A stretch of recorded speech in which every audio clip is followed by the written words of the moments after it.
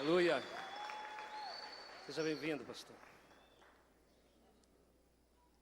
Glória a Jesus. Obrigado, queridos, pelo carinho. Para mim é uma grande honra e até uma emoção estar aqui. Nós amamos muito essa igreja, o pastor Ari Caetano, tantos pastores queridos aqui do Rio de Janeiro, de diversas igrejas que nos inspiram tanto, e é muito gostoso estar junto. E um outro motivo que eu estava hoje à tarde, assim, pensando nessa reunião e orando, e o Espírito Santo falando muito forte no meu coração, e eu queria transmitir isso para os irmãos, que há um mover de unidade que o Espírito Santo está costurando entre a igreja no Rio de Janeiro, com a igreja no Rio de Janeiro. E esse mover de unidade vai abalar as trevas. Esse mover de unidade vai fazer o Rio de Janeiro ficar conhecido pela glória de Deus. Eu creio que Deus está fazendo uma obra muito poderosa. Eu sei que essa reunião aqui não é uma reunião comum. Não é uma reunião só qualquer, não é só uma reunião de aprendizado. Há uma unção do Espírito sendo liberada na vida dos irmãos, na igreja do Rio de Janeiro. E eu sei que essa igreja está escrevendo uma história poderosa, uma história que vai ficar cravada para a eternidade. Então, queridos, é um grande privilégio se nós enxergarmos, e eu estou enxergando por essa ótica, por isso que eu estou me sentindo privilegiado de estar aqui. Porque Deus está escrevendo uma história, e Deus me permite estar aqui numa quinta-feira como essa. Para mim é um prazer imenso, muito grande. Eu sei que Deus vai fazer coisas muito maiores do que nós imaginamos, no nome de Jesus. Amém. Queridos, antes aqui da ministração, eu queria só fazer propaganda de uma conferência que nós vamos ter lá em Barueri, que nós chamamos Alcançando a Próxima Geração. Uma das coisas muito sérias e muito fortes que o Espírito Santo tem colocado nos nossos corações é a responsabilidade que nós temos com a próxima geração depois de nós. E nós sabemos que talvez 80%, segundo uma estatística, 80% das pessoas que se convertem, elas se convertem até os 18 anos, 80%. Então nós temos um campo muito poderoso para trabalhar, que são as nossas crianças, dentro da igreja e fora da igreja. E Deus tem nos dado um despertamento muito grande lá em Barueri a esse respeito. E nós temos feito todos os anos uma conferência com esse título, Alcançando a Próxima Geração. Nós temos um ministério muito forte, as células de crianças. Irmãos, assim, as coisas que Deus faz, os milagres que Deus faz através das crianças, através da oração das crianças, você chama para dar testemunho. As crianças que estão lá na célula, elas trazem os testemunhos de poder, famílias inteiras que se converteram, pessoas que foram curadas através da vida dessas crianças, das células de crianças. Então nós temos sentido um chamado muito forte nessa área e queremos colaborar com o Reino de Deus, e nós estamos fazendo essa conferência agora em setembro, lá em Barueri, e estamos trazendo também uma pessoa muito conhecida no mundo, que tem tido um ministério muito forte nessa área, uma pastora da Inglaterra, que tem um ministério mundial, chamado Darcy Kirk, e ela estará conosco também, será uma das preletoras. Então eu queria convidar os irmãos, nós vamos passar bem rapidinho, se tiver o vídeo ali, só uma propaganda aqui.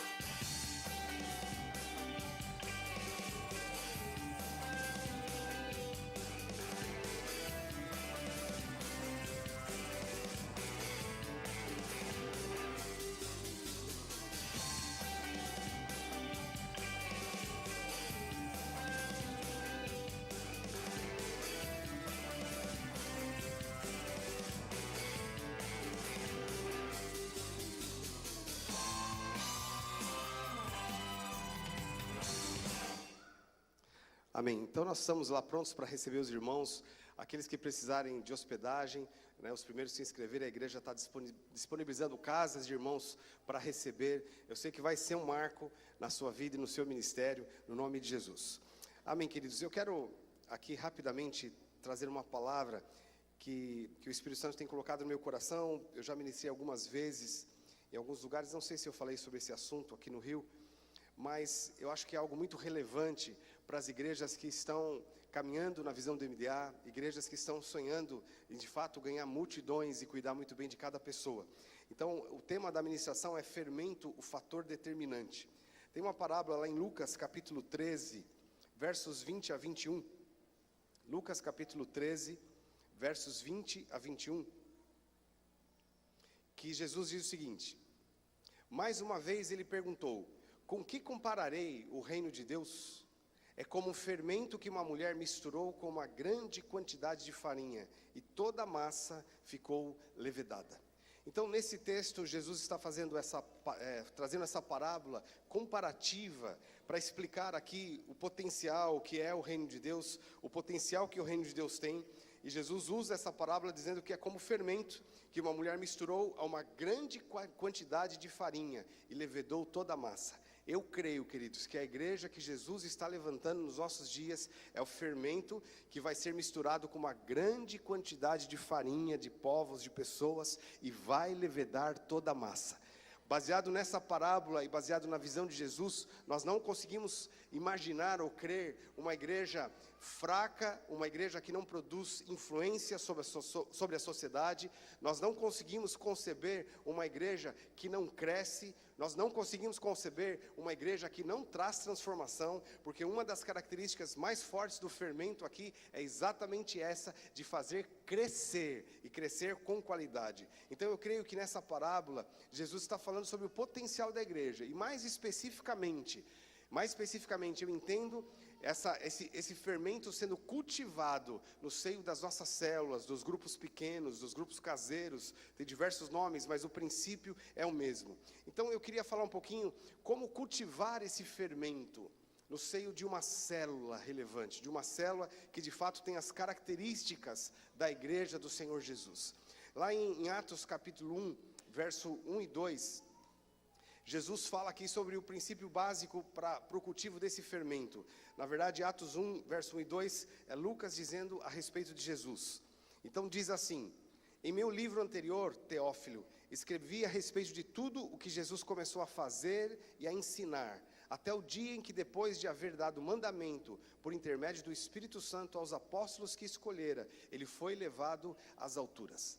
Então aqui, Lucas está ressaltando a característica principal do ministério de Jesus, que era fazer e ensinar. Vamos repetir isso? Fazer e ensinar. Então esse é o princípio básico, porque o fazer promove uma revolução no nosso interior. Antes de ensinar, nós precisamos fazer. Então eu creio, queridos, que o fermento dessa igreja poderosa, o fermento das nossas células, que estão fazendo uma revolução nas nossas cidades, o segredo está no coração de pessoas que são revolucionadas quando de fato colocam a mão na massa. Então esse fermento é essencial para o crescimento contínuo da igreja. Eu comecei a pensar muito a esse respeito, uma época na nossa vida, quando nós estávamos implementando a visão do MDA. No início nós tivemos um crescimento e tivemos muitas multiplicações das nossas células. E eu fiquei muito animado com aquilo. Foi exatamente no período, a nossa igreja em 2001, nós iniciamos a visão do MDA em 2002. Nós tínhamos aproximadamente 50 membros na igreja. E quando nós começamos a trabalhar com a visão do MDA, a célula, discipulado 1 a 1, rapidamente nós tivemos um crescimento. No início, nós iniciamos lá alguma célula, depois tivemos 8 células, depois se multiplicaram para 20 células, depois se multiplicaram para 40 células, e eu comecei a ficar animado. Eu falei, nós vamos ganhar essa cidade em pouco tempo, e eu fiquei muito entusiasmado. Aí nós chegamos a 80 células, colocamos já a meta para 200 células.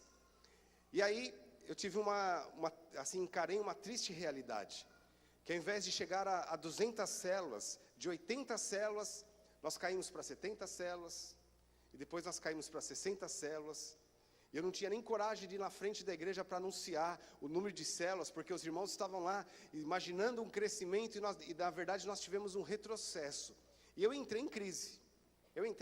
Nessa época. Eu fiquei procurando de Deus e supervisionando as células e visitando as células, até, queridos, de fato, eu percebi claramente que muitas das nossas células que tinham se multiplicado, elas não tinham esse fermento no seu interior.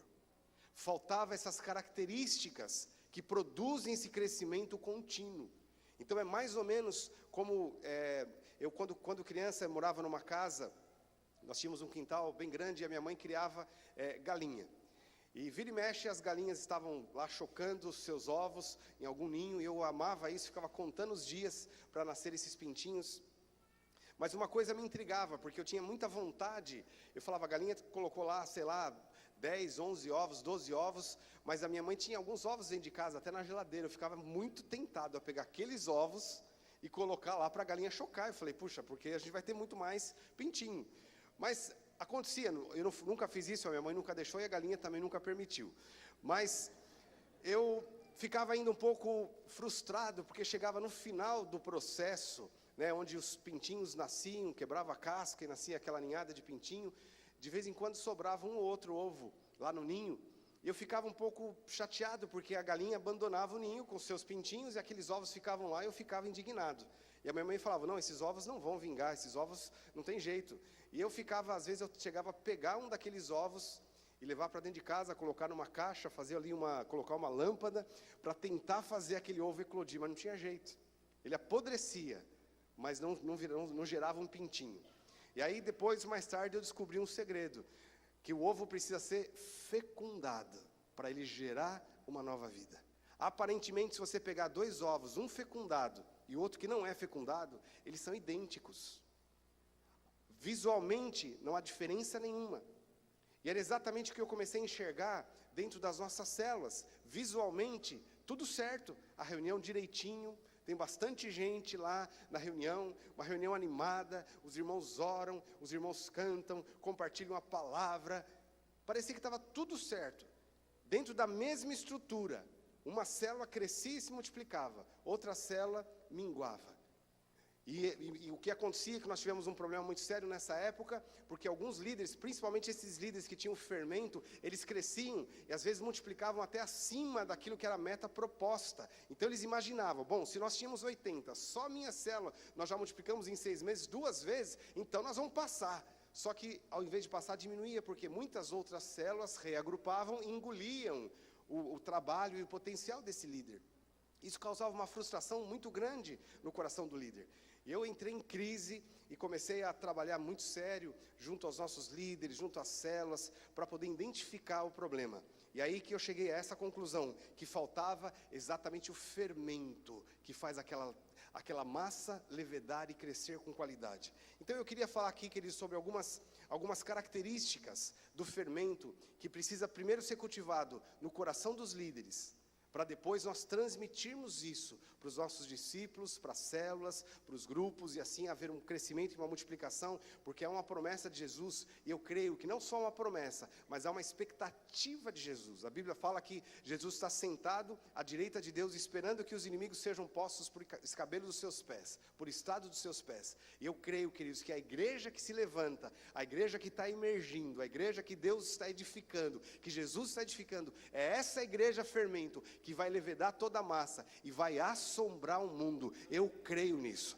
Não é a igreja que aparece na mídia, não que nós tenhamos nada contra a mídia, pelo contrário, mas não é a igreja que é mais famosa aos olhos dos homens, mas é uma igreja que de fato vai crescendo, vai emergir e vai assombrar o mundo com uma transformação poderosa que Deus vai operar. Agora, o que é essa igreja? Então eu creio que a nossa igreja, a igreja que o Senhor Jesus está edificando, as nossas igrejas locais, elas devem ser esse centro de treinamento, para que nós possamos incutir, fermentar o coração das pessoas, para que cada um se levante e cumpra o seu potencial. Então, a primeira característica, queridos, do fermento dentro do nosso coração, inevitavelmente, é o amor aos perdidos.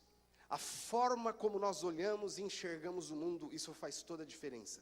Lá em Mateus capítulo 9, versículo 36 a 38, a palavra diz o seguinte: então Jesus disse aos seus discípulos: a colheita é grande, mas os trabalhadores são poucos. Peçam, pois, ao Senhor da colheita, para que envie trabalhadores para a sua colheita.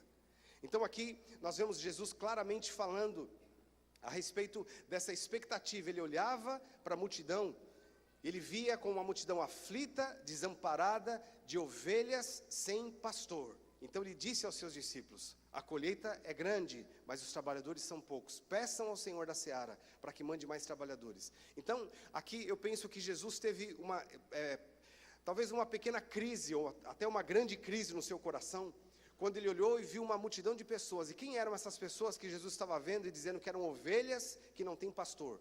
Não eram pessoas convertidas, não eram pessoas santificadas. Era um bando de pecadores, de religiosos, de ladrões, de prostitutas, de homens e mulheres traidores, que mais tarde gritaram diante de Pilatos: crucifica-o, crucifica-o. Essa era a multidão que Jesus estava olhando e enxergando como ovelhas. Queridos, o primeiro ponto aqui, nós vemos que a Bíblia nos mostra isso, que o interior de Jesus parece que borbulhou. Uma grande explosão no seu interior, de paixão por essas pessoas que ele já enxergava como ovelhas. Mas essa paixão levou Jesus a uma pequena crise, porque ele diz: nós temos poucos pastores para a quantidade de ovelhas que virão. Essa é a visão que nós temos que ter. O primeiro ponto importante: as nossas ovelhas, e aqui eu falo principalmente como para os pastores, as nossas ovelhas não são só, e não são as que estão dentro das nossas igrejas. As nossas ovelhas são a multidão que está lá fora, sem pastor. Qual que é o nosso trabalho? Fermentar o coração dessas nossas ovelhas, para elas serem coração de pastor, e elas olharem as ovelhas lá fora como ovelhas. Enquanto nós olharmos as pessoas lá fora como assassinos, como pecadores destinados ao inferno, nós não vamos fazer muita diferença na sociedade.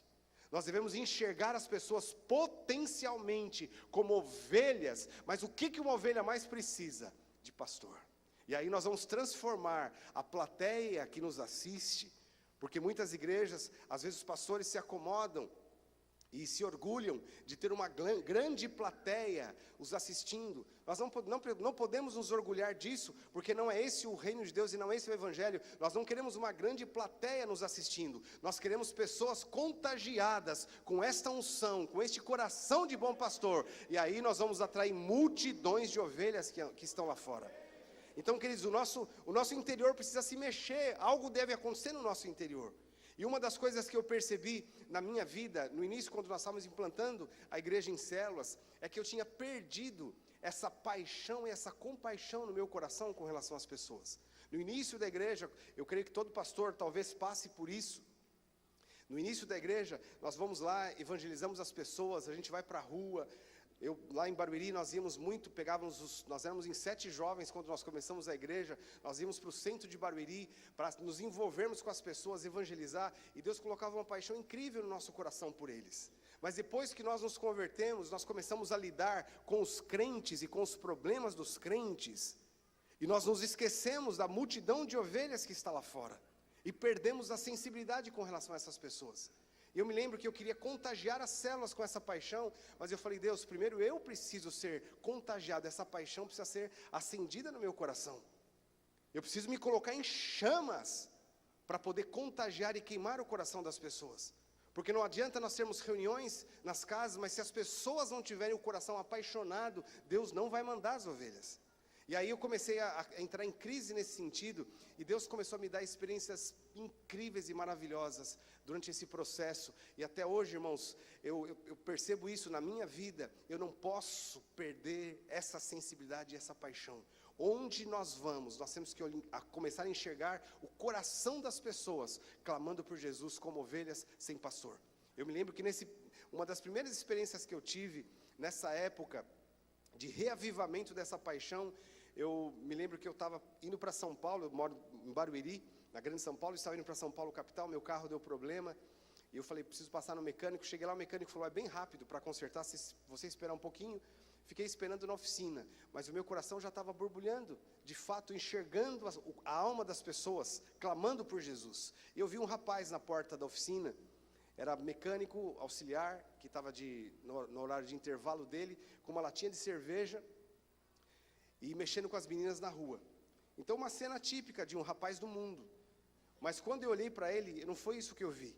Eu vi um coração, uma alma clamando por Jesus lá dentro, clamando por Deus. E foi nessa unção que eu me aproximei dele. Falei: querido, Deus tem um propósito na sua vida. E ele se assustou, olhou para mim e falou: não, eu não acredito que Deus possa fazer alguma coisa na minha vida. E aí imediatamente ele abriu o coração e começou a falar que ele tinha se desviado, tinha se convertido numa igreja bem legalista, e essa igreja quase que o botou para fora o dia que ele pecou. Ele caiu em fornicação e a igreja disse para ele, agora não tem mais jeito para você. Pelo menos ele entendeu isso. E ele foi para a rua com aquela ferida no coração, aquela barreira dizendo, Deus não quer nada comigo. E quando eu abordei, suscitou isso dentro do coração dele, mas a princípio ele foi agressivo. Resumindo a história, eu comecei a investir na vida desse menino. Um dia marquei de levá-lo para o encontro com Deus que nós temos lá. Aqui vocês têm o nome Face a Face, né? E eu marquei de levá-lo, ele estava no processo. E fui para a casa dele buscá-lo. E encontrei ele na rua, porque eu cheguei antes do horário marcado, graças a Deus. Porque eu estava desconfiado que ele ia fugir. Cheguei antes do horário marcado e encontrei ele na rua, de shorts e chinelo, com uma latinha de cerveja na mão, com outro amigo. E eu abordei e falei, vim te buscar para o encontro. Ele falou, não, eu não vou. Mas como Deus tinha me mostrado aquela alma sedenta, eu não dei a vazão e nem ouvido para a voz que eu estava ouvindo. Porque ele disse, não, eu não vou. Eu falei, mas Deus tem um propósito na sua vida. Ele falou, mas eu não quero ir, eu não tenho roupa. E começou a dar um monte de desculpas. E eu perseverei, porque eu estava enxergando a alma desse menino. E no meio dessa conversa, eu tive uma palavra de conhecimento, que depois eu soube que era uma palavra de conhecimento. Eu disse para ele, fala, querido, o diabo está planejando destruir e matar a sua vida. E você precisa tomar uma decisão, entrar debaixo da cobertura. E ele começou a chorar no meio da rua e perguntou para mim, disse para mim, você tem certeza de que Deus pode e quer fazer alguma coisa na minha vida? Eu falei, tenho. Ele jogou a latinha de cerveja, entrou no carro, foi para o encontro, levei ele para minha casa, dei roupa, levei ele para o encontro. Chegando lá, numa altura do campeonato que nós estávamos ministrando, esse menino manifestou um demônio nele. Era um jovem de 16, 17 anos. Se manifestou um demônio furioso. E eu vi os irmãos expulsando, cheguei perto para ver, era ele. E aí esse demônio olhou, apontou o dedo na minha direção e falou com aquela voz horrível, estridente, dizendo o seguinte, na sexta-feira eu ia matá-lo e você não deixou. Eu falei, glória a Deus, glória a Deus, glória a Deus. Aí nós expulsamos o demônio daquele menino e eu fui conversar com ele, ele disse para mim, ele falou, aquele dia, naquela sexta-feira, eu estava tão decepcionado, que eu tinha decidido que a minha vida ia chegar ao fim naquela noite. E eu usei maconha, estava saindo para comprar cocaína. Quando você me encontrou, eu estava no caminho da boca, porque eu ia comprar cocaína para eu ter coragem de me matar, quando você me interpelou. Então, queridos, Deus começou a trazer essas experiências, e eu estou contando isso aqui só para exemplificar para os irmãos, que uma célula precisa ter esse fermento no seu coração. Às vezes são células que falam, a gente convida, as pessoas não vêm, a gente investe, as pessoas não querem nada. É porque não sabe olhar com essa ótica de alguém que tem o coração fermentado pela paixão, da paixão pelos perdidos. Porque Jesus, a Bíblia diz que o seu interior se moveu de íntima compaixão, e ele enxergou aquela multidão de pessoas como ovelha sem pastor. O segundo aspecto do fermento que precisa ser cultivado no nosso coração é a obstinação de não perder nenhum. Na vida de Jesus, como Lucas disse, que escrever tudo o que Jesus começou a fazer e a ensinar, Jesus tinha essa obstinação de não perder nenhum. Lá em Lucas, capítulo 24, nós não vamos ler todo o texto, mas Lucas 24 conta o momento após a ressurreição de Jesus. Jesus já tinha vencido a morte, ele tinha vencido o inferno, ele tinha ressuscitado, ele se apresentou aos discípulos em Jerusalém, mas ele chegou lá, estava faltando 2 dos seus discípulos. Depois de tudo isso, 2 discípulos não estavam lá, e a Bíblia diz que esses 2 discípulos estavam indo a caminho de Emaús, no dia da ressurreição, no dia da manifestação da glória de Deus na terra. 2 discípulos estavam indo distantes, viraram as costas, estavam indo na direção errada, na direção oposta ao mover da multiplicação, ao mover da ressurreição, ao mover dos céus. E o que Jesus fez? A Bíblia diz que Jesus pôs-se a caminhar com eles. Jesus andou 11 quilômetros ao lado de pessoas cegas, com o coração endurecido, indo na direção errada, mas Jesus foi junto, até fazê-los pegar o retorno e voltar correndo para Jerusalém. Só depois de 11 quilômetros, caminhando junto com esses 2 discípulos, que eles chegaram lá em Emaús, e Jesus fez com quem ia mais longe, E eles, constrangidos, convidaram Jesus para entrar. Jesus entrou, partindo o pão, tendo dado graças, os olhos deles se abriram. Queridos, para nós, de fato, termos esse fermento, nós precisamos cultivar essa obstinação de não perder nenhum. A igreja brasileira é muito hábil para ganhar multidões. Porque, aliás, eu digo isso, não é nem virtude da igreja brasileira, mas é o Espírito Santo que tem trabalhado no coração das pessoas, e nós vemos pessoas sedentas em todas as esquinas. Em todos os lugares nós temos pessoas sedentas. Mas a igreja brasileira se acostumou a ter uma relação maior de desviados do que de membros. A própria estatística do IBGE diz isso. Porque falta essa obstinação. Então nós queremos ter células que se multiplicam, que crescem. Nós precisamos ter esse fermento, a obstinação de não perder nenhum. A terceira característica desse fermento no seio das nossas células é o discipulado profundo. Porque, queridos, nós precisamos aprender a distinguir isso. É uma coisa muito fundamental dentro desse processo. Nós devemos cuidar e pastorear todas as pessoas, mas nós precisamos descobrir dessas pessoas quem nós podemos investir no discipulado profundo. E Jesus descobriu isso depois de oração, subiu no monte, orou 40 dias, ele escolheu os seus 12 discípulos, e um desses era Pedro. E Pedro, nós sabemos o trabalho todo que ele deu para Jesus. Mas Jesus foi obstinado em fazer um discipulado profundo, e lá nas entranhas, para trazer cura no coração de Pedro, porque Jesus olhava e enxergava Pedro pelo potencial que ele tinha. E nós vemos um dos exemplos, quando Jesus ressuscitou, Pedro tinha voltado a pescar, mas Jesus foi atrás de Pedro, e eu creio que Pedro tinha uma decepção muito grande com ele mesmo. Como discípulo, ele tinha uma decepção. Porque se ele pudesse voltar atrás, 3 dias, se ele pudesse voltar atrás, e confessar que de fato ele era discípulo de Jesus, ele faria isso, mas ele não podia mais. Já tinha acontecido, Pedro tinha negado Jesus. E isso foi uma marca de frustração e decepção no coração dele, que poderia levar Pedro a perder toda a visão futura que Jesus tinha para ele.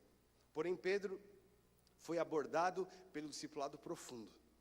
Jesus, como discipulador, não ficou magoado com Pedro. Fala, puxa vida, na hora que eu mais precisei, esse cara virou as costas, na hora que eu mais precisei ainda, e olha que eu avisei ainda, olha que eu falei para ele. Não foi essa a postura de Jesus. Jesus foi lá, no discipulado profundo, para trazer cura a Pedro, dizendo, Pedro, tu me amas, apacenta as minhas ovelhas.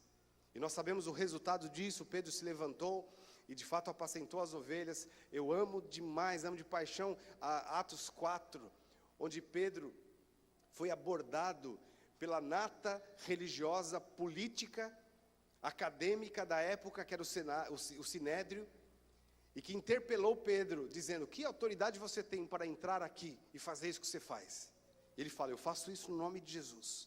E Pedro começou a falar, a pregar para aqueles homens, e eles cogitaram entre si, não é esse cara não é da casta mais inferior de Israel, dos galileus, os pescadores, os homens que não tiveram a oportunidade de estudar, os homens que não tiveram a oportunidade de receber a da mais alta bagagem acadêmica, como ele pode falar com tão grande autoridade?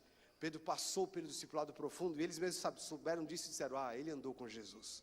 Então, queridos, essa é uma das marcas que nós precisamos ter dentro das nossas células. Um exemplo prático disso, quando eu comecei a investigar essas células para saber por que não crescia, eu via líderes que tinham paixão pelos perdidos, tinham obstinação de não perder nenhum, mas eles eram quase que laçados por essa, digamos, essa parte do fermento, e não combinaram com a parte do discipulado profundo, porque eles gastavam tempo em cuidando de todas as pessoas da célula, porém eles não formavam líderes, eles não discipulavam profundamente ninguém.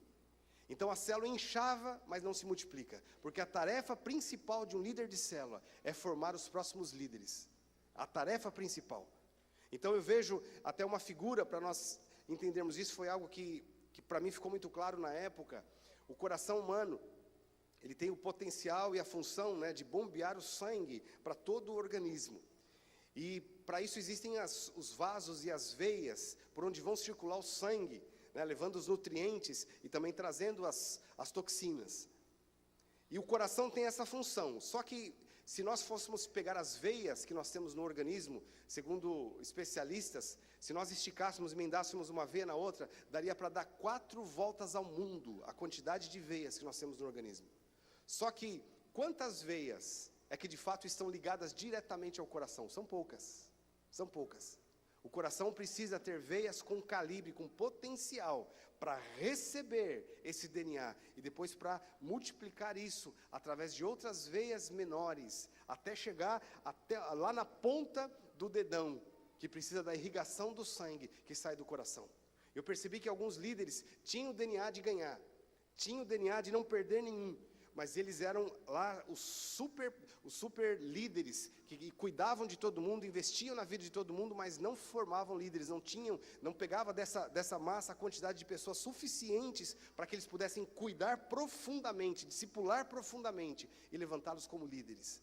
Jesus fez isso, esse foi o modelo. Jesus tinha paixão por todos, servia a todos, mas ele gastava a maior parte do seu tempo investindo naqueles que seriam essas veias principais, conectadas no coração, que iriam ser responsáveis por levar o sangue para circular em todo o corpo.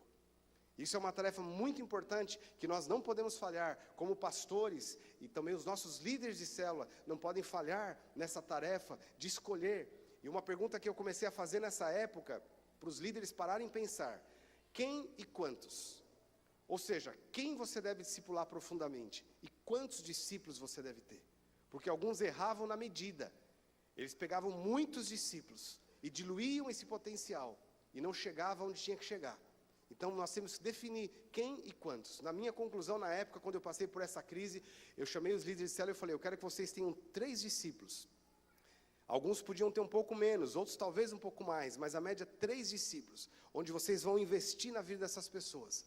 Mas vocês vão chamá-los para perto e dizer o seguinte: eu tenho um propósito, um alvo com vocês, levantá-los como líderes. Para isso eu preciso que vocês me sigam no Tadel, me sigam na célula, me sigam nas reuniões importantes da igreja, me sigam fazendo discípulos também, me ajudando a cuidar, a discipular as pessoas. E assim esses líderes se concentravam nesses 3, e aí nós começamos a ver esse poder de multiplicação das nossas células. E por último aqui, queridos, tem vários pontos, mas pelo tempo eu quero falar sobre esse último ponto aqui, é a ativação do potencial máximo de cada pessoa. Deus nos deu uma responsabilidade incrível, tremenda. Cada pessoa que se converte, que é colocada nas nossas mãos, elas têm um potencial incrível. E é nossa responsabilidade como igreja ativar o potencial dessas pessoas.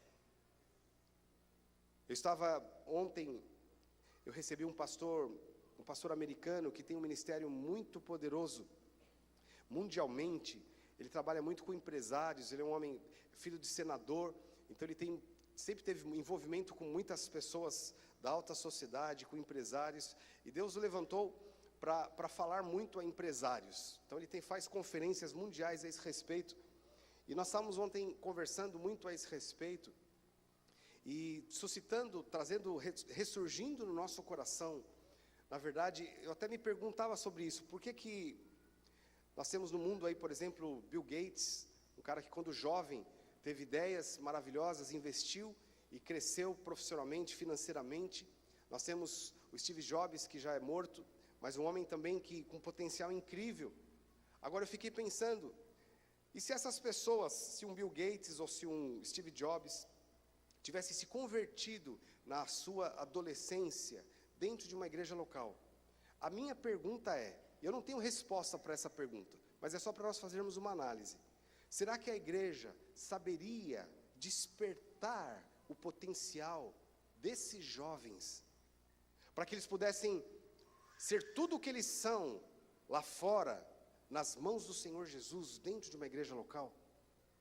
Ou a igreja talvez entulharia o coração deles de um monte de regras religiosas, impediria esse potencial de fluir? Me faço essa pergunta. Isso eu estou dizendo, queridos, porque nós precisamos entender a responsabilidade que nós temos nas mãos de despertar o potencial máximo de cada pessoa. Eu creio que as nossas células, elas são a incubadora desses projetos maravilhosos de Deus que já está incutido no coração de cada pessoa. Deus nos dá potencial incrível. Eu estava lendo esses dias atrás uma matéria, que é algo que Deus tem falado demais conosco, a respeito do potencial jovem que nós temos na nossa igreja, na igreja brasileira, mas não é só na igreja. O próprio governo tem um órgão do governo chamado IPEA, que na verdade é um Instituto de Planejamento Estratégico, e eles descobriram o seguinte, por uma análise demográfica, que o Brasil está vivendo o que foi chamado pelo secretário do IPEA como pororoca jovem. O que isso significa? Nós nunca tivemos tantos jovens no Brasil, e também o número é tão alto que nós nunca vamos ter, depois de passado esse período da pororoca, ou da oportunidade que nós temos nas mãos. Nós temos a maior população jovem de toda a história, hoje, vivendo no Brasil. E o governo está de olho nisso, porque é a mão de obra ativa que pode fazer rodar a economia. Só que isso tem um prazo de validade. Nos próximos 20 anos, esse fenômeno vai ser visto, mas depois vai começar a declinar. E o Brasil vai perder o seu potencial. E aquilo que fez, aquilo que conquistou, o que não conquistou, vai ter um declínio dessa população jovem. E lendo a esse respeito, queridos, eu penso na responsabilidade que nós temos como igreja. Dentro das nossas igrejas, nós vemos aqui, temos essa moçada toda aqui na frente, eu sei que tem muitos jovens sentados aí, um potencial de liderança que Deus tem colocado nas nossas mãos, que nós precisamos despertar esse potencial, que vai assombrar o mundo. Eu creio nisso. Eu creio nisso. O ano passado, a TV exibiu uma reportagem de um jovem, 29 anos ele tinha, saiu da Inglaterra com uma obsessão na sua vida, de percorrer os 201 países catalogados pela ONU, pisar em todos esses países, sem levar dinheiro no bolso, sem pegar avião. Imagine só, uma loucura. Ele pegou um avião da Inglaterra, veio até a Venezuela, se eu não me engano, depois entrou no Brasil, e daqui do Brasil ele começou a sua expedição. Ele tinha que pegar carona, ele tinha que trabalhar durante as oportunidades que ele tinha para conseguir seu sustento, pegava carona em caminhão, ele chegou a ser preso, confundido com espião em países muçulmanos. Ele passou por uma aventura incrível. Mas depois de 4 anos, esse homem estava terminando a sua expedição e voltando para a Inglaterra, e surgiu mais um país, que foi o Sudão do Sul. Só tinha o Sudão, houve a divisão, Sudão e Sudão do Sul. Ele voltou para a África, porque ele não tinha pisado ainda em Sudão, pisou em Sudão do Sul e voltou para a Inglaterra. E estavam lá os repórteres, até hoje ele está escrevendo, tem blog, livros, e vai para a mídia, dando entrevista sobre a peripécia, a sensação dele de fazer isso. E olhando tudo isso, de um lado eu olhei, olha o potencial que há na vida de um jovem.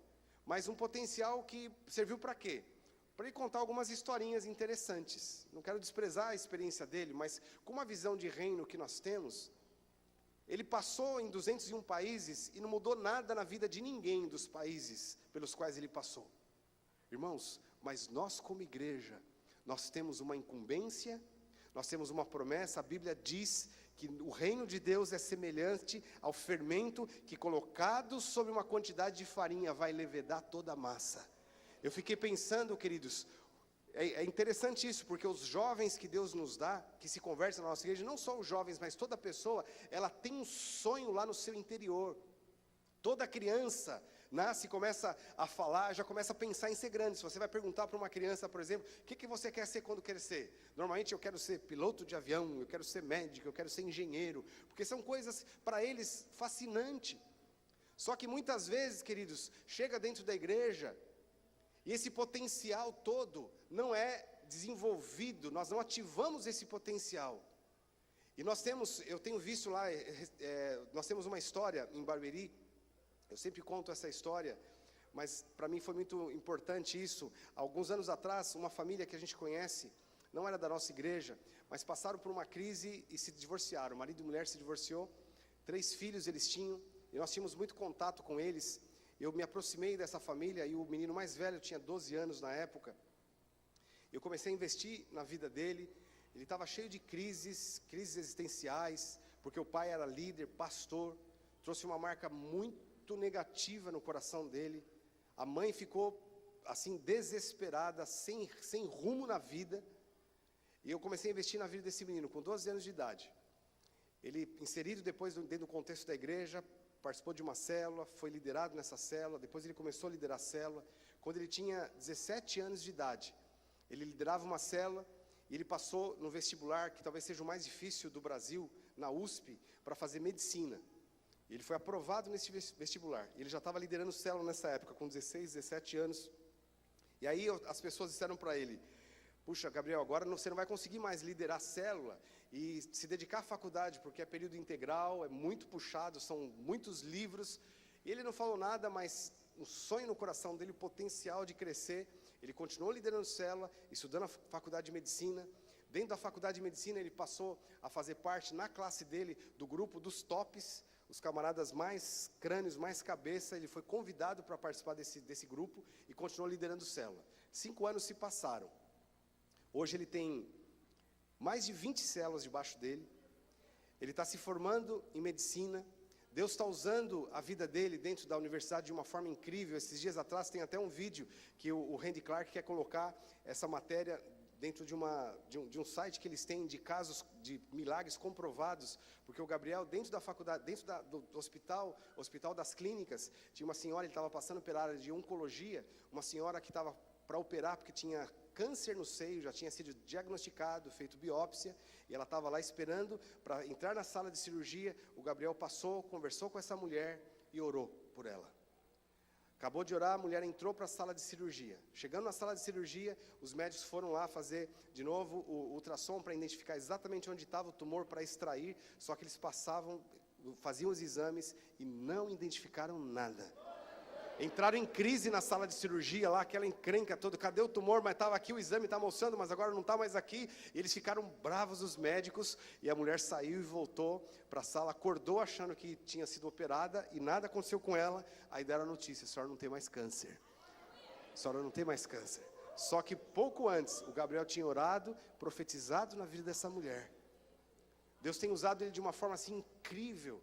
Esse é um caso, irmãos, mas são potenciais que Deus entrega nas nossas mãos, que quando essas pessoas caem dentro de lugares assim, células, fermento, o potencial delas não vai ser embotado, pelo contrário, elas vão ser equipadas para sonhar muito grande. Esse menino tem feito uma revolução, ele e muitos outros. Nós temos tantos casos de jovens de 16 anos, 17 anos, tenho prazer, para mim, o maior avivamento que eu vivo, eu digo isso para a glória de Deus e pela misericórdia de Deus, mas o maior avivamento que eu vivo é dentro da minha casa, com os meus filhos. Eu tenho o Mateus, 18 anos, a Ana Luísa, 17 anos. Irmãos, a revolução que eles estão fazendo nas escolas onde eles passam, as células. A Ana Luísa já tem mais de 20 células debaixo dela, com 16 anos, 17 anos, agora ela fez a semana passada. Coisas incríveis, pessoas que estão se convertendo, famílias sendo influenciadas, porque alguém cai dentro de um lugar onde tem um fermento, e o fermento começa a levedar o coração, e os sonhos começam a borbulhar, e eles começam a perceber: eu posso todas as coisas naquele que me fortalece. As nossas células, queridos, as nossas células têm poder de influenciar cidades inteiras. Há um poder de sacudir o mundo, mas não é com retórica simplesmente. Não é com retórica, porque o fermento é fruto daquilo que nós colocamos a mão na massa de fato, aquilo que Jesus, aquilo que Ele fez e também ensinou. Essa paixão precisa estar borbulhante no nosso coração. E para encerrar aqui, nós estamos vivendo um momento lá em Barueri, dessa explosão desse fermento nos nossos corações. Assim, Deus, por causa da graça e misericórdia, tem trazido um grande crescimento lá na igreja. Hoje nós estamos já chegando a 500 células lá em Barueri. Mas Deus me deu um chamado muito grande, e que eu não imaginava o tamanho dele. Mas nós estamos agora nos mudando para os Estados Unidos, agora no final do ano, porque nós estamos com um projeto que o ano que vem nós vamos para o Japão.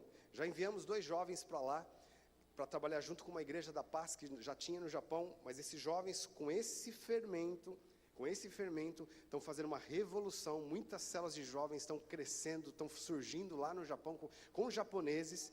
Só que Deus explodiu no nosso coração essa paixão. Então eu estou indo agora para os Estados Unidos. Depois, no final do ano que vem, nós vamos com uma equipe para o Japão, uma equipe de jovens para o Japão, porque Deus está nos chamando para criar uma experiência de plantar a igreja numa outra cultura, uma cultura totalmente diferente, um lugar que eu tenho falado com alguns pastores brasileiros, pastores coreanos, e todos me dizem a mesma coisa: o Japão é um dos lugares mais difíceis de se pregar o evangelho. Eu conversei com um pastor da Coreia, uma grande igreja na Coreia, um homem abençoadíssimo, mas ele falou para mim, ele falou: nós não estamos tendo sucesso lá no Japão. Conversei com um pastor também da Indonésia, ele falou para mim: uma igreja no Japão, que tem um batismo por ano, é uma igreja que está crescendo muito, muito. Então tudo isso parece ser até um balde de água fria, né? A gente sente até, puxa, mas tem um detalhe, queridos, tem um detalhe. Deus, isso não tem nada a ver conosco em si, nem comigo como pessoa, nem com nós aqui como brasileiros, mas o Japão voltou os olhos para o Brasil. O Brasil tem achado graça, porque Deus tem dado essa graça aos olhos das nações. Por isso que a gente já ouviu muitos anos, e as pessoas que têm mais tempo de igreja sabem disso, quantas e quantas palavras proféticas nós já ouvimos que o Brasil seria celeiro de missões. Os olhos das nações se voltaram para o Brasil. Há uma graça de Deus sobre a igreja brasileira. Deus tem feito isso, irmãos. Não que nós sejamos especiais, mas é um chamado de Deus. E aí nós começamos a ir para o Japão, investir. No começo desse ano nós fomos ministrar o encontro com Deus lá. E os próprios pastores japoneses estavam meio reticentes, falaram: puxa, aqui é muito diferente do Brasil, né? Aqui as pessoas não são tão calorosas e receptivas assim. Mas nós fomos lá com uma equipe de brasileiros para ministrar o encontro com Deus para os japoneses, em japonês. É óbvio que nós não ministramos em japonês, foi traduzido, ministramos em português, eles traduziram. Irmãos, mas veio um mover de Deus sobre aquele lugar. A gente vendo as pessoas, os japoneses chorando, sendo batizados com o Espírito Santo. Uma das pessoas, dos homens que estavam lá, japonês, muito fechado, ele sentava no fundo. E algumas vezes ele nos procurou no meio do encontro para dizer: eu tenho uma tristeza muito grande, e eu não sei o que acontece, mas muito duro, muito fechado, mas a gente orando por ele, ministrando, dando banho de amor, e orando e profetizando. No último dia, irmãos, um batismo com o Espírito Santo, esse homem foi tomado por uma unção de alegria, ele pulava, ele ria, ele chorava. Todos os japoneses ficaram assim, para a gente talvez seja muito comum, para eles não. Agora, o que é isso? Há uma graça que Deus deu um potencial para a igreja brasileira, irmãos. Deus deu um potencial para os nossos jovens.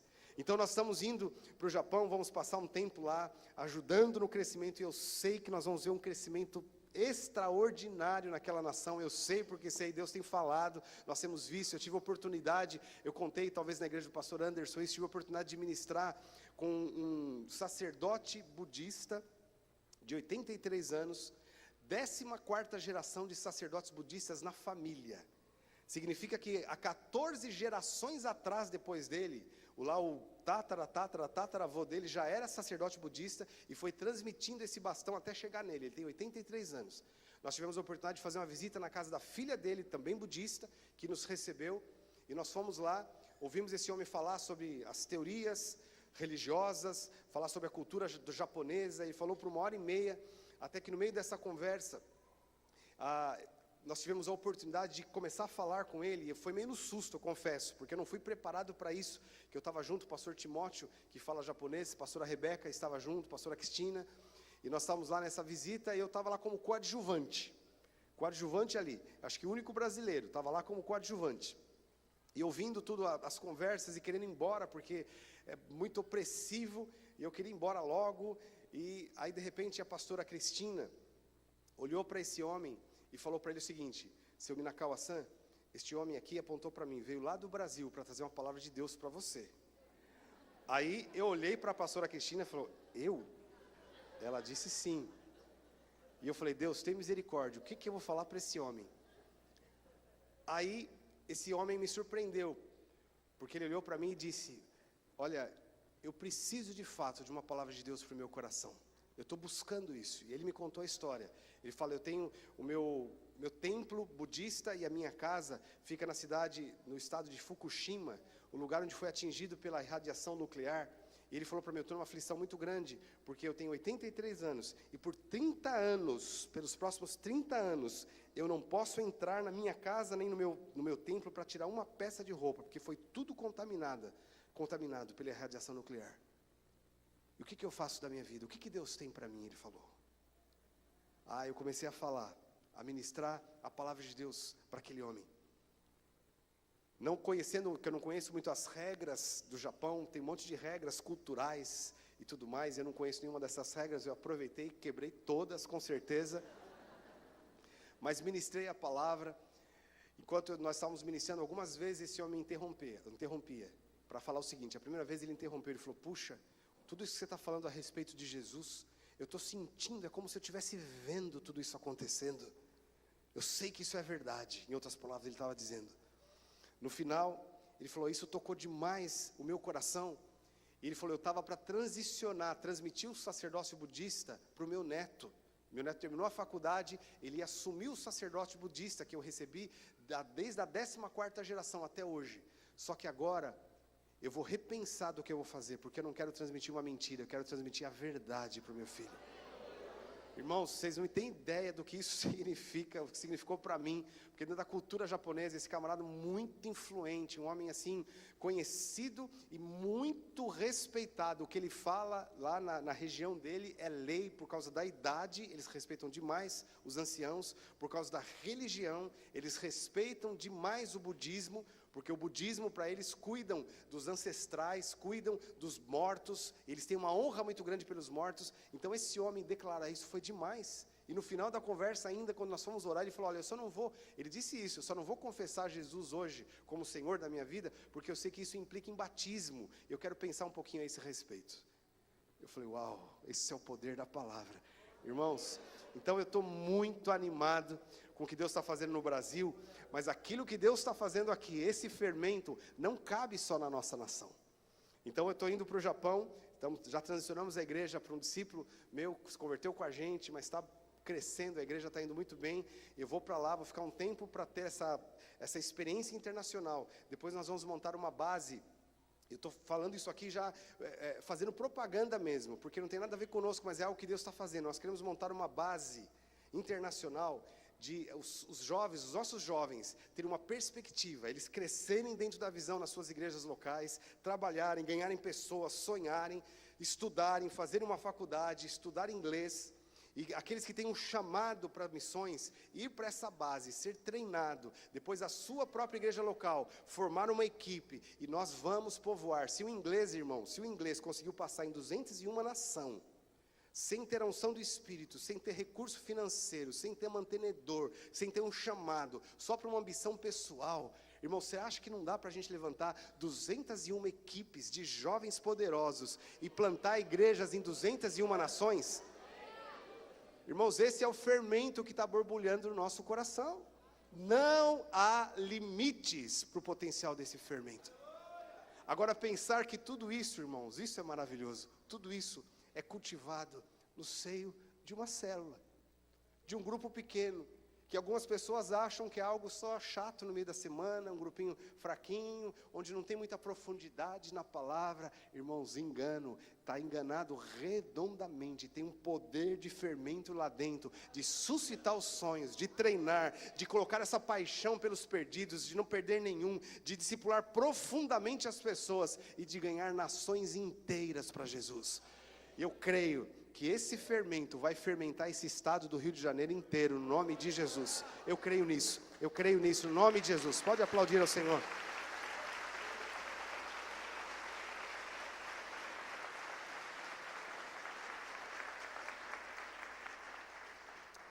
Amém. Antes de nós orarmos aqui, o horário está bem avançado, mas eu quero só passar um vídeo para os irmãos. Aliás, 2 vídeos, nós vamos passar o primeiro do evento, o Lucas já sabe, depois o segundo pós-evento. Então são 2 vídeos, não são muito longos, mas é de uma experiência que nós tivemos lá em Barueri.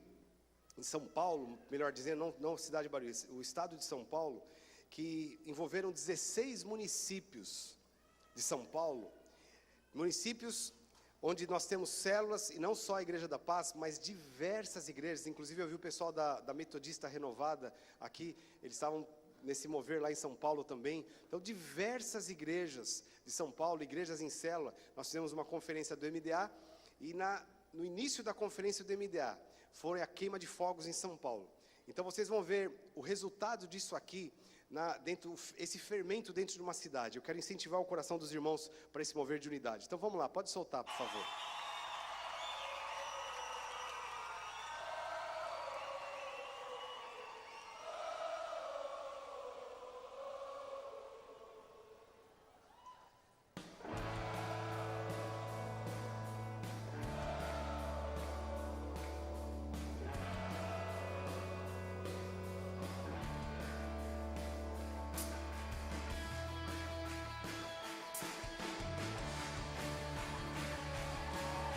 A expectativa é imensa, é difícil até descrever, porque o coração está pulsando, está bombando aqui.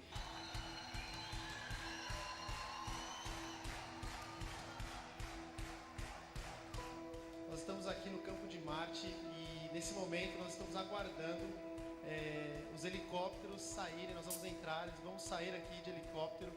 Estamos na maior expectativa. Às 9 horas, agora são exatamente 19h53, 7 horas e 53 minutos. Pastores e líderes de diferentes denominações, unidos pela paixão de ganhar almas e cuidar bem delas, se encontraram no hangar 1 do Campo de Marte para um tempo de comunhão, revisão de estratégias e oração. Então, esses fogos, nós podemos multiplicar isso por 1000. Cada estrelinha que sair ali é profético isso, se cumprindo um mover profético nas nossas vidas. Então, a gente vai estar, cada um vai estar dentro com a sua equipe, no seu helicóptero, já profetizando, declarando esse mover de multiplicação, rompendo com as trevas. Nós vamos estar nos ares, né, declarando que as potestades estão caindo, em nome de Jesus, e a unção do Senhor vai vir sobre as nossas vidas, sobre as nossas igrejas. Senhor, ó Deus, e mergulhamos agora, Pai, nesse mover profético, Senhor, porque estamos fazendo, Pai, aquilo que o Senhor já escreveu, aquilo que o Senhor já está fazendo, Pai. Senhor, nós estamos no mesmo mover, alinhados com o céu, Senhor, e declarando, Pai, venha o teu reino, Senhor, seja feita a tua vontade, assim na terra como nos céus.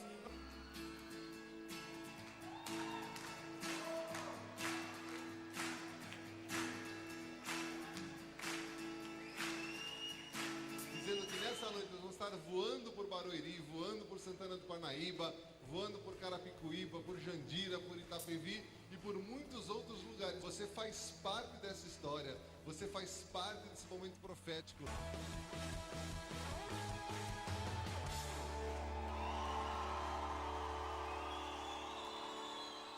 Realmente isso é só o começo, né? Eu fico tão admirado que está acontecendo aqui em São Paulo e de ser parte desse evento inédito, de ver esses fogos sendo lançados, mil pontos de fogos, né, ao redor da cidade. Realmente isso vai fazer um impacto em São Paulo. Isso vai ser só de tipo de semente de que vai acontecer no futuro.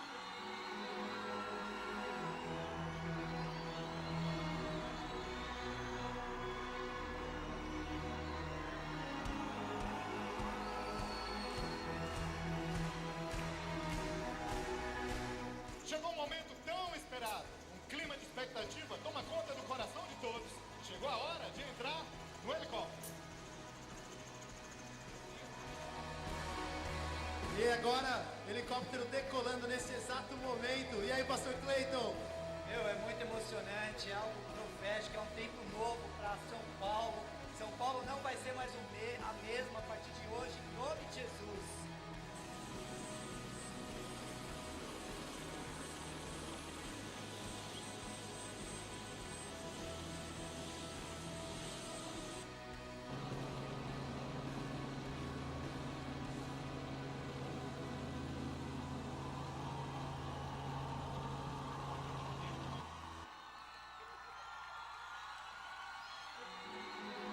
Emocionante!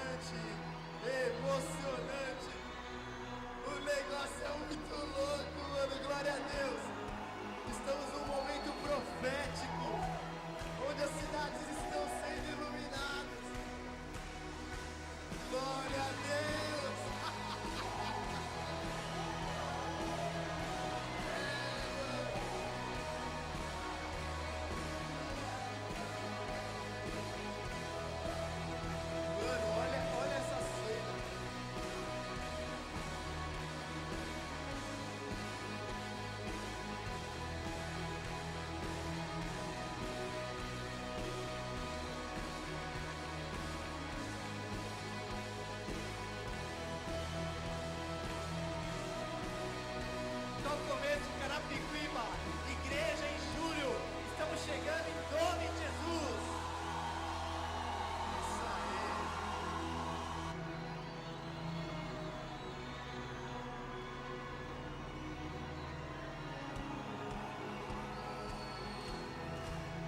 Estou muito emocionado, sabendo do potencial que existe na vida de milhões de pessoas, olhando para cada lâmpada, cada luz, eu vejo vidas, eu vejo pessoas, eu me arrepio, e eu sei que é só o começo. Nós estamos marcando território, nós vamos invadir São Paulo, vamos invadir o Brasil, e é só o começo, em nome de Jesus.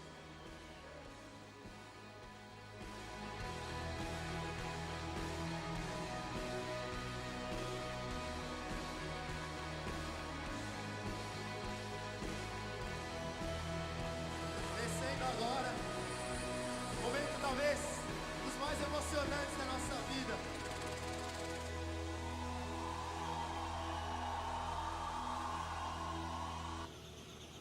É uma experiência fantástica fazer o que foi feito nessa noite. Realmente, os céus anunciando a glória de Deus sobre São Paulo.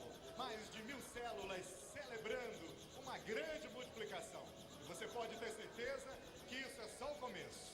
Muitos pastores também já chegaram, já pousaram, e nós vamos ouvir a opinião deles, vamos ouvir qual foi a experiência deles diante dessa noite de grande celebração, de fogos sobre São Paulo, onde a glória de Deus brilhou. Brilhou por quê? Porque existem vidas em cada uma dessas células que estão realmente desfrutando de uma vida transformada por Jesus. Porque o Espírito Santo assim fez uma explosão também dentro do nosso coração, não só nos ares, porque nós vimos aqueles fogos e por trás daquilo lá saber que tem milhares de pessoas ali sendo representadas, algumas que nós já temos, mas as milhares que ainda vão chegar, vão ser alcançadas. Nós temos ouvido as notícias também da terra, né, do pessoal que estava soltando os fogos, o chão tremendo, os vizinhos correndo, perguntando o que estava acontecendo, e a notícia é essa: é o reino de Deus que chegou para desfazer as obras de Satanás. Isso é só o começo.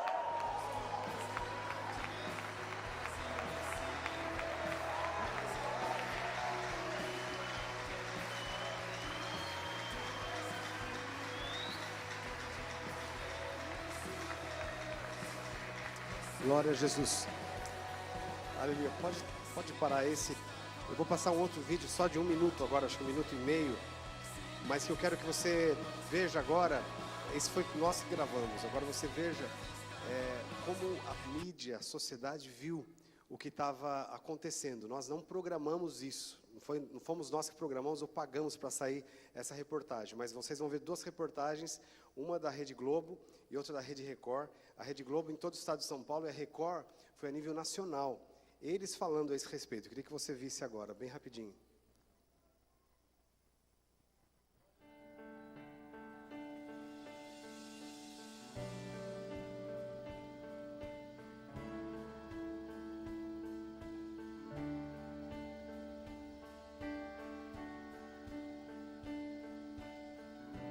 Toneladas de fogos de artifício iluminaram o céu da Grande São Paulo ontem à noite. Do alto do helicóptero da Record, a queima de fogos foi ainda mais bonita. Os fogos foram lançados às 9 da noite por fiéis de várias igrejas evangélicas de São Paulo e também da região do ABCD. Foi a comemoração da multiplicação das células, reuniões semanais para levar paz, sabedoria e harmonia às famílias. O céu da capital foi iluminado ontem à noite com fogos de artifício pela paz, gente. O ato foi uma iniciativa de grupos evangélicos que se encontram semanalmente para ler a Bíblia. Em helicópteros, pastores oraram pela nossa cidade. A queima de fogos estava programada para outros 16 municípios da Grande São Paulo. Essa aí foi o grupo que se reuniu na Igreja Metodista Renovada, pertinho da Praça da Árvore, na zona sul da capital. E essa iniciativa bonita marcou a abertura da Conferência São Paulo da Visão do MDA, o método de discipulado apostólico, que vai até sábado na Igreja da Paz, em Barueri.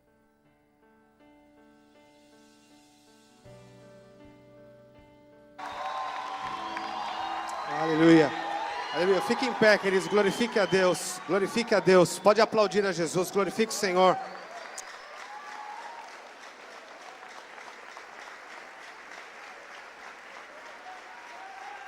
Aleluia. Glória a Jesus. Glória a Jesus. Glória a Jesus.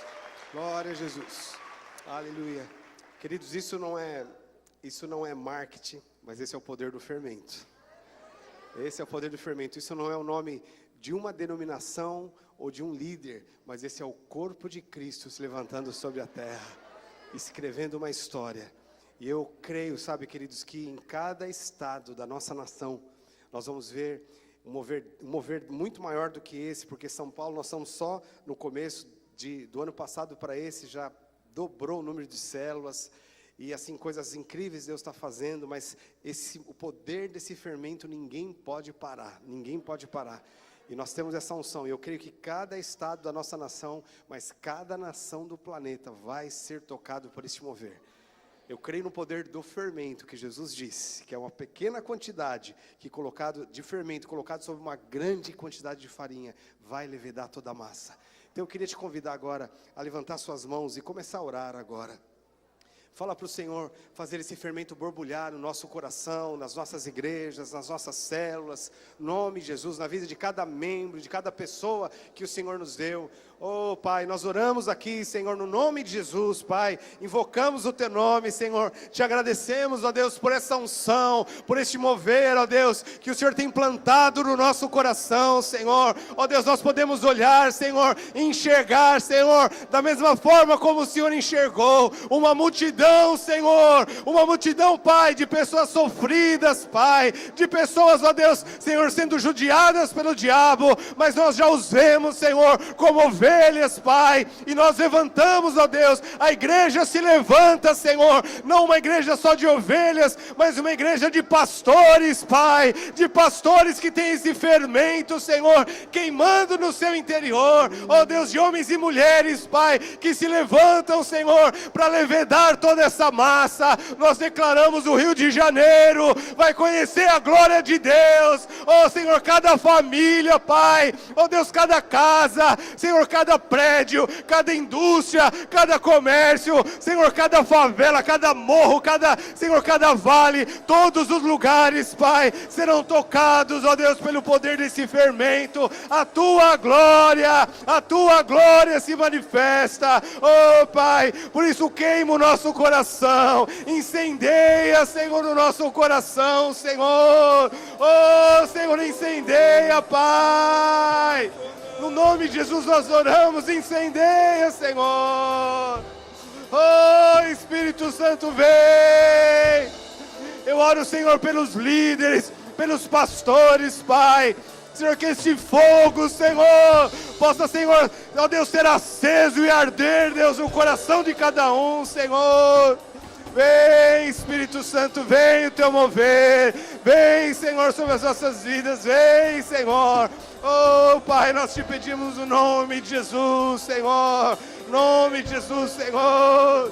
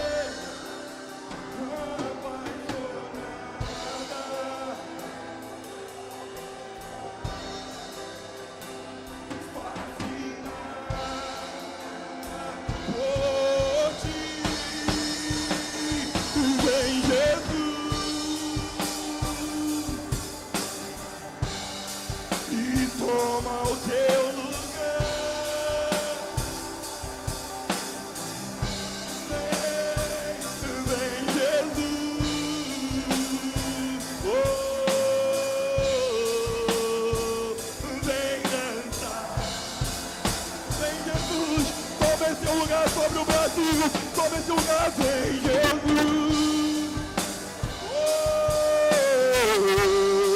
E toma o teu lugar. Toma o teu lugar esse Brasil, vem Jesus.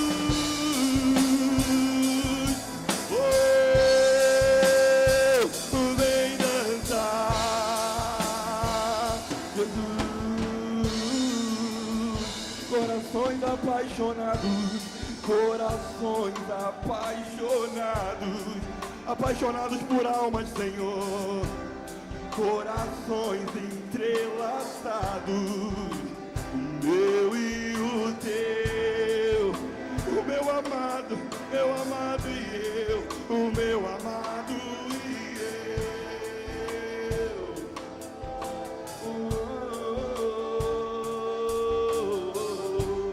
Corações apaixonados por almas, Senhor. Corações entrelaçados, o meu e o teu. O meu e o teu, Jesus.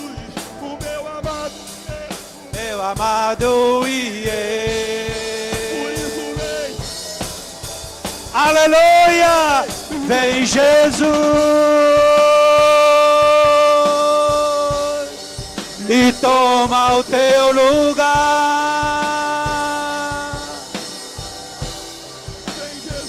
Vem Jesus, vem dançar, vem dançar.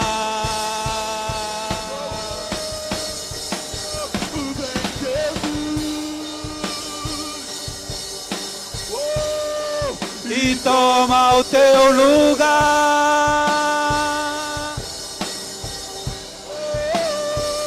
Vem Jesus,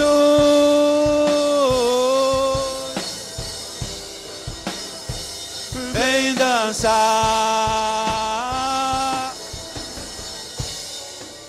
Aleluia.